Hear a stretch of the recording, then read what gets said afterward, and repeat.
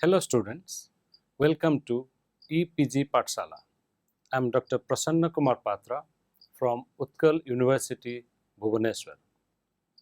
Today we will discuss the module Meaning and Scope of Medical Anthropology from the paper Human Growth, Development and Nutrition. The course provides an introduction to the field of medical anthropology.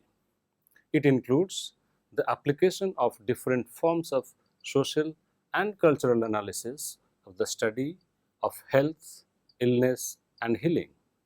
The study of this module enables the students at postgraduate level to understand the theoretical orientation of medical anthropology.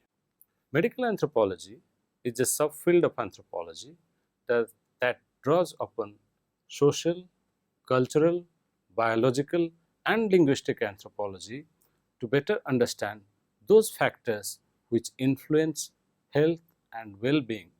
Broadly defined, the experience and distribution of illness, the prevention and treatment of sickness, healing processes, the social relations of therapy management, and the cultural importance and utilization of pluralistic medical systems. The discipline of medical anthropology draws upon many different theoretical approaches.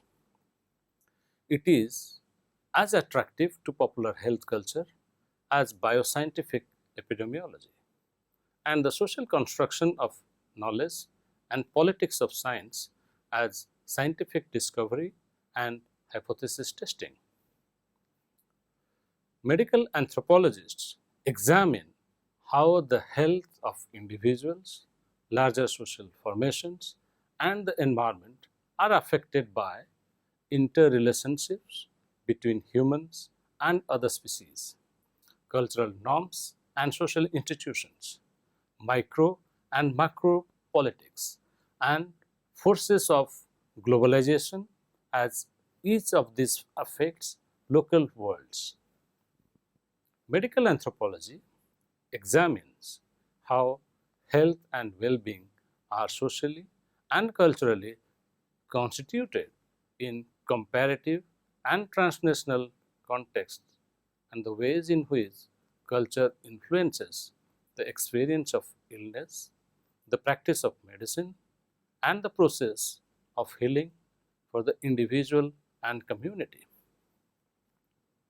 It explores how the experiences and perceptions of the body, self or notion of the individual or person influence the illness experience.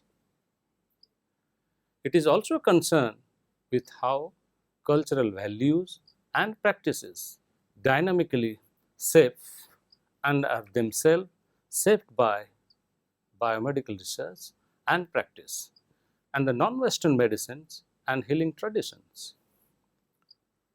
Medical anthropology is the study of human health and disease, healthcare systems, and biocultural adaptation.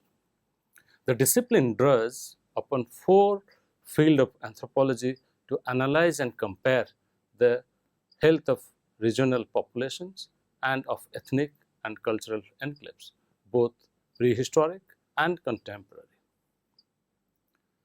Collaboration among paleopathologists, human biologists, ethnologists, and linguists has created a field that is autonomous from any single discipline, with strong potential for integration of physical and cultural anthropology. The field is also highly interdisciplinary, linking anthropology to sociology, economics, and geography, as well as to medicine, nursing, public health, and other health professions. Since the mid-1960s, medical anthropology has developed three major orientations. Medical ecology views populations as biological as well as cultural units and studies interactions among ecological systems, health, and human evolution. Ethnomedical analysis focuses on cultural systems of healing, and the cognitive parameters of illness. Applied medical anthropology deals with intervention, prevention, and policy issues, analyzes the socio-economic forces and power differentials that influence access to care. In this triad, cultural anthropology is most closely allied with ethnomedicine. In the formative years, some of the anthropologists favored identifying the field as ethnomedicine, while others preferred anthropology of health. The term medical anthropology prevailed, however, coming to represent a diversified range of orientations. History of medical anthropology.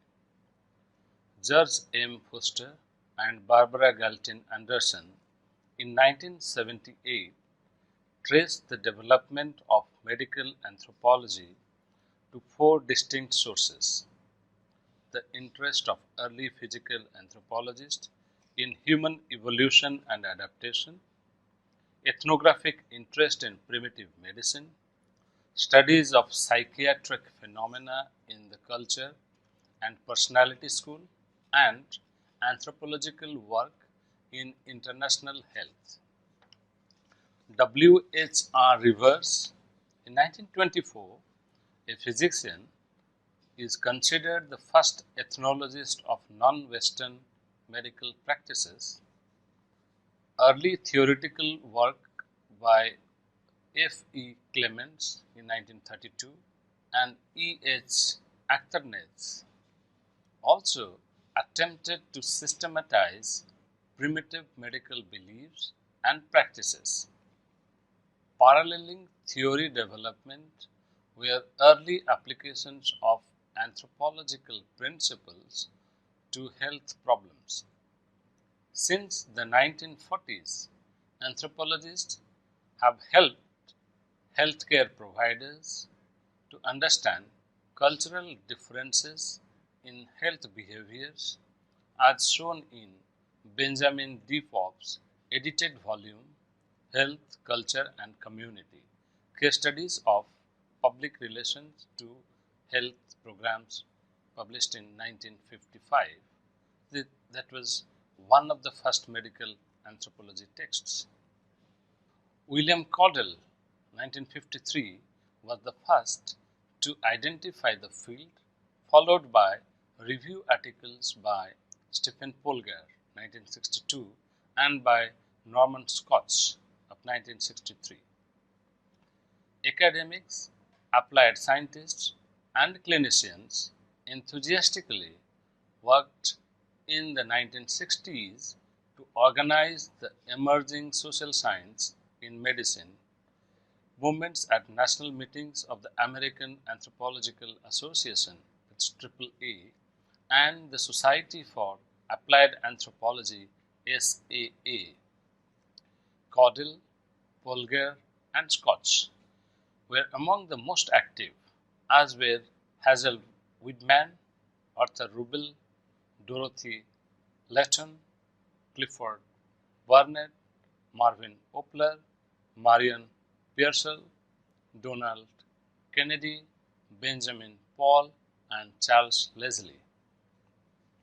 The Group of Medical Anthropology, GMA, was established in 1967 with Widman as chair, affiliated with the SFAA in 1969. As the Society for Medical Anthropology, the organization became a formal section of AAA, American Anthropological Association, in 1972. With Dorothy Letton, a psychiatrist anthropologist, serving as its first president, membership grew from 657 in 1972 to 1,523 in 1999, including a few hundred Canadian and other international members, primarily Europeans. Next to North America, Great Britain has the largest number of medical anthropologists. Most of them are concerned more with political economy and clinical issues than with biocultural perspectives. Increasing numbers of medical anthropologists work in Australia, Latin America, the Philippines, and India. Theoretical orientation of medical anthropology, medical ecological theory. Anthropologists, using an ecological perspective to understand disease patterns, view human populations as biological as well as cultural entities. Taking a systems approach in research, culture is seen as one resource for responding to environmental problems, but genetic and physiological processes carry equal weight. The evolution, demography, and epidemiology of humans are subject to ecological forces, as are other species. A key concept in medical ecology is adaptation. The changes, modifications, and variations that increase the chances of survival, reproductive success, and general well-being in an environment. While some applied research is a theoretical, others employ explicit theoretical frameworks. One notable framework is the political economy of health, also called as critical medical anthropology. Influenced by Marxist theory and dependency theory, this approach analyzes the impact of global economic systems, particularly capitalism, on local and national health. Political economists such as Shoer Morse, Hans Beer, Lynn Morgan, and Meryl Singer argued that change programs should not be attempted unless one also studies the social production of illness and poverty within the larger dynamics of class interaction, colonialism, and world economic systems. Critical clinical medical anthropology is an adjunct of political economy. This approach analyzes biomedical practice and the differentials in power and authoritative knowledge of practitioner and patient. Clinical anthropology has been influenced by Michael Foucault's writing on the historical production of medical knowledge, and the notion of the body can become an arena in which social control issues are played out. Usually focused on medical communication, the approach has been used particularly in relation to women's reproductive health and has also developed a controversial literature on the lexicalization of women's body through the work of Brigitte Jordan, Emily Martin, Rena Rapp, and others. Theoretical orientation of ethnomedicine. The ethnomedical perspective focuses on health beliefs and practices, cultural values, and social roles. Originally limited to study of primitive or folk medicine, ethnomedicine has come to mean the health maintenance system of any society. Health ethnographies encompass beliefs, knowledge, and values of specialists and lay people. The roles of healers, patients, or clients, and family members, the implements, techniques, and pharmacopoeias of specialists, legal and economic aspects of health practices, and symbolic and interpersonal components of experience of illness. Pluralistic societies often encompass several ethnomedical systems. Among these are cosmopolitan medicine, a dominant system in North America and in urban centers elsewhere, which emphasizes empirical research, naturalistic explanations, technology, and surgery, use of extraordinary intervention to preserve life, and hierarchical roles.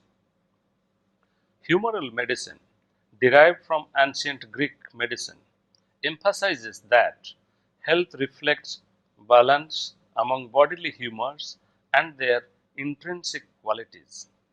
This equilibrium derives from ingestion of inappropriate food and other substances, from change of climate, and from exposure to natural elements like air and water.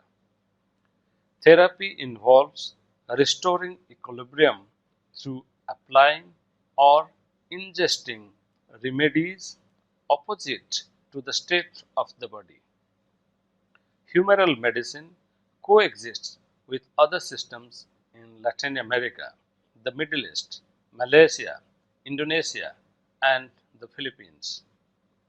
Ayurvedic medicine in India and Chinese traditional medicine meld humoral elements with elements of other systems.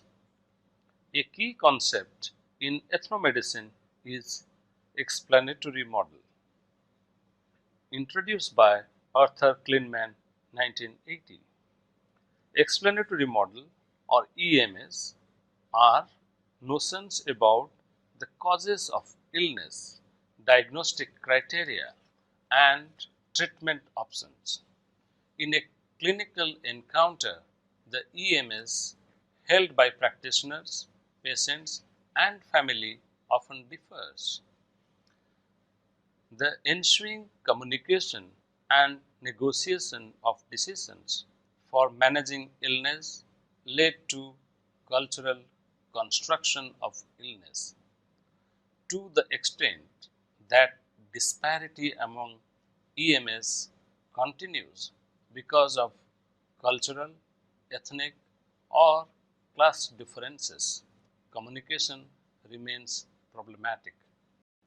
The disease illness distinction is important conceptually in the study of ethnomedicine.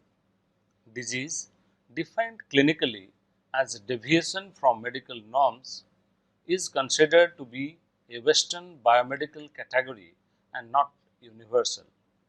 Biomedical terms such as hypertension or diabetes may not correspond to diagnostic categories of a given ethno-medical system. Illness, in contrast, is the experience of impairment or distress as culturally defined and constructed. Cause of the illness may also be located in social and spiritual realms, so that ethnomedical etiology may include sorcery, soul loss, and spirit intrusion. In addition to negotiation of the meaning of illness, management of illness, and disability also occur in a social and cognitive matrix. Healing is often mediated by symbols and practices that induce conditioned neurophysiological and immune system responses. The placebo effect of the healer's behavior and symbols to induce healing or to reduce stress is of central interest in ethnomedical studies. Cultural psychiatry is closely allied with ethnomedicine. Many folk illnesses or culture-bound syndromes such as susto, actic hysteria, or amok appear to be psychogenic, although environmental stressors play a role in their onset. These folk illnesses do not fit easily into Western diagnostic categories. Ethnographic methods are primary in this orientation, and researchers usually do participant observation, sometimes becoming apprentices of healers and midwives. Some elicit ethnosemantic data on disease categories, causes, and decisions models in order to study underlying cognition. Interviews and life histories allow in-depth analysis of the lives of healers and patients, and medical discourse analysis is a specialized linguistic technique that studies the negotiation of meaning and power. Some specialists collect and analyze pharmacologic items. Others study the history of medical practices. Although traditionally researchers have worked in folk societies, increasing numbers are studying pluralistic societies such as Margaret Locke in 1980. Attention has been given since the mid-80s to integrating ethnomedicine and ethnoecology, as in studies of indigenous people's knowledge of medicinal plants. There is also strong interest in clinical applications of ethnomedical treatments. Anthropology. Theories of the cultural patterning of health behavior can be applied in any arena. Following the pioneering examples set by Margaret Clark, George Foster, and Brett Pelto, anthropologists work, for example, in clinics serving multicultural populations, in maternal and child health programs, on surveys of community responses to environmental hazards, on program planning and evaluation in psychiatric hospitals, on AIDS prevention projects, and on the reintegration of people with traumatic brain injuries to community life. The populations served are often people on the margins of mainstream society, like refugees, native peoples, rural elderly, drug addicts, people with disabilities, ethnic minorities. The difference between basic and applied research is that applied medical anthropologists deliberately become advocates for the community and attempt to do research that is useful and ethical. Applied anthropology methods are eclectic, ranging from qualitative to highly quantitative. Ethnographers have developed rapid assessment techniques to document community health needs during brief field trips. Others, trained in public health, epidemiology, nursing, or medicine, may do clinical or laboratory procedures or work with vital statistics. In quantitative approaches, rigorous attention is paid to sampling issues and sophisticated statistical analysis, and informed consent procedures are followed. As Carol E. Hill in 1991 points out, many medical anthropologists are now working outside academia and combining standard anthropological skills with technical planning and evaluation skills. Scope of medical anthropology.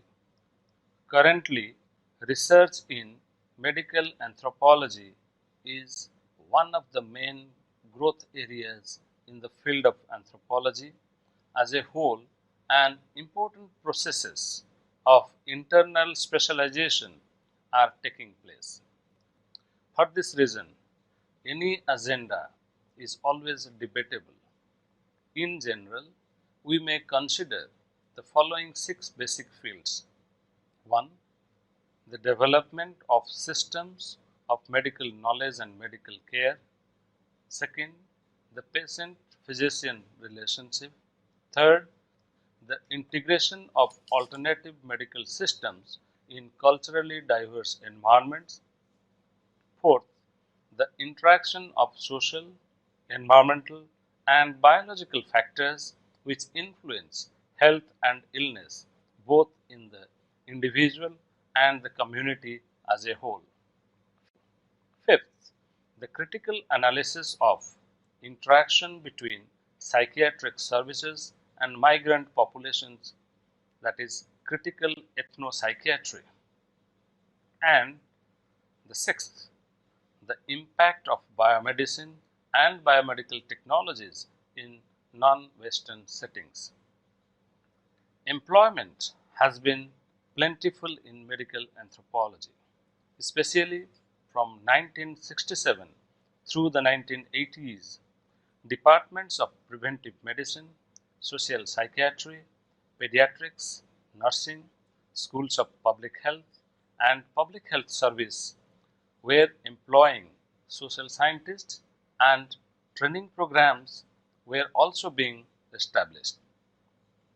Several national and international university or educational institution establishes the courses as well as training programs in medical anthropology, especially public health, to prepare for work in a wide array of academic, clinical, government, and non-governmental positions.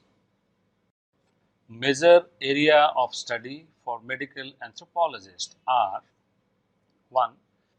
Health ramifications of ecological adaptation and maladaptation. 2. Popular health culture and domestic healthcare practices. 3. Local interpretations of bodily processes. 4. Changing body projects and valued bodily attributes. 5. Perceptions of risk, vulnerability, and responsibility for illness and healthcare. 6. Risk and protective dimensions of human behavior, cultural norms, and social institutions. 7. Preventive health and harm reduction practices. 8. The experience of illness and the social relations of sickness. 9. The range of factors driving health, nutrition, and healthcare transitions. 10. Ethnomedicine, pluralistic healing modalities, and healing processes. 11. The social organization of clinical interactions. And 12. The cultural and historical conditions shaping medical practices and policies. 13. Medical practices in the context of modernity, colonial and post-colonial social formations. 14. The use and interpretation of pharmaceuticals and forms of biotechnology, the commercialization and commodification of health and medicine. 16. Disease distribution and health disparity. 17. Differential use and availability of government and private healthcare resources. 18. The political economy of healthcare provision. 19. The political ecology of infectious and vector-borne diseases, chronic diseases, and states of malnutrition and violence. And finally, 20. The possibilities for a critically engaged yet clinically relevant application of anthropology. So, students, let us summarize the module. What we learned is medical anthropology is a subfield of anthropology. The discipline of medical anthropology draws upon many different theoretical approaches. Medical anthropology examines how health and well-being are socially and culturally constituted in comparative and transnational contexts. Medical anthropology is the study of human health and disease, healthcare systems, and biocultural adaptation. Applied medical anthropology deals with intervention, prevention, and policy issues and analyzes the socio-economic forces and power differentials that influence access to care. Judge M. Foster and Barbara Anderson in 1978 traced the development of medical anthropology to four distinct sources. William Cordell in 1953 was the first to identify the field, followed by review articles by Stephen Polgar in 1962 and by Norman Scotch 1963. Anthropologists, using an ecological perspective to understand disease patterns, view human populations as biological as well as cultural entities. Medical ecology, unlike other orientations, assumes that biomedical disease categories are universal.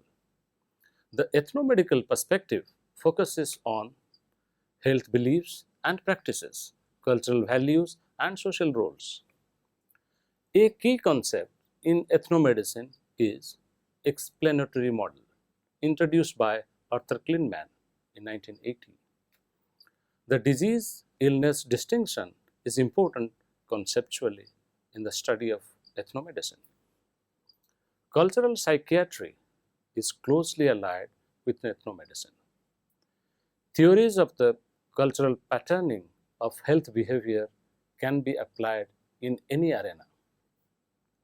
Critical clinical medical anthropology is an adjunct of political economy. Currently, research in medical anthropology is one of the main growth areas in the field of anthropology as a whole. Thank you.